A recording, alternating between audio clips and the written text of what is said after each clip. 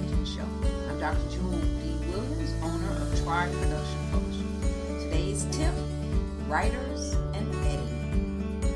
Thank you for joining me.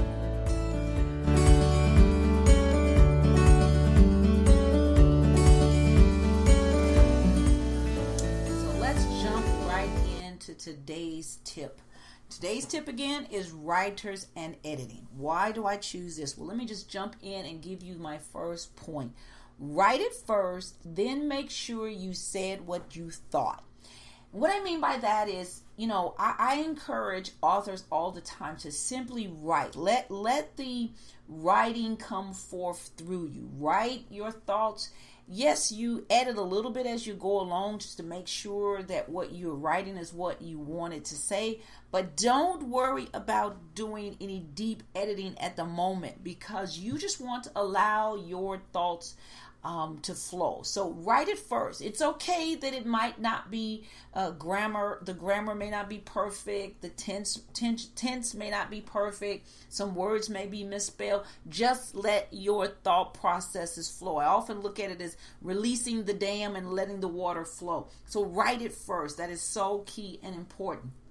But once you've written it, once you've made sure that you've got down your thoughts, then is where the writer and editing comes in. Because my next point is edit, then edit again. I've probably done several encouragements about this, and I probably will do several more because I see it all the time. People just don't edit. And I'm not trying to be cruel, but I really need you to hear this. Your work, if it really is important to you, it is important to read it again and again and again. By the time your book or whatever you're writing is ready to go to publishing, you really almost should be at the point that you're tired of reading it. And that's a good thing because you've been doing the editing. But you aren't the only one that should edit it, which is my third point. Get a professional editor. You won't regret it. And this is the reason why I tell you to get a professional editor. As the writer, you know what you meant to say, and so your mind will play these tricks on you. So even if words or phrasings are missing, you know what you meant, so your mind will fill in the blanks. But an editor didn't know what you meant, so they won't fill in the blanks, which is good. You need a fresh set of eyes to look at your work so that you can make sure that the product you put out is your best product. Even when people can read your stuff and it may still be okay, it will really make it hard for you as a published author to get people to read your work more than once if they had a hard time getting through your first book. So you really don't want to think, oh, well, they bought my book before, they'll buy me again. If you didn't get a professional editor or someone to make sure your work was in its top, ready to be really presented, you may regret it. So today's tip was writers and editing.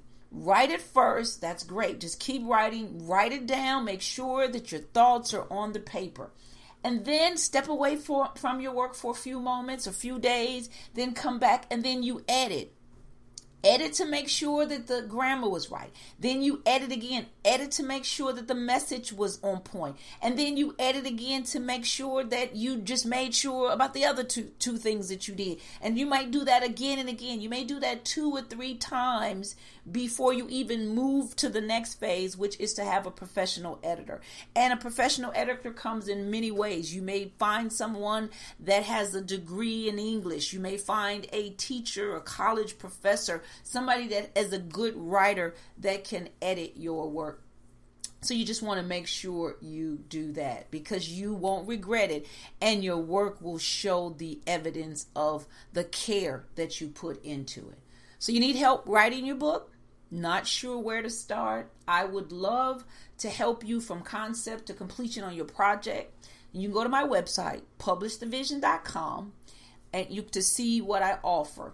And until next time, what do I always say that we should do?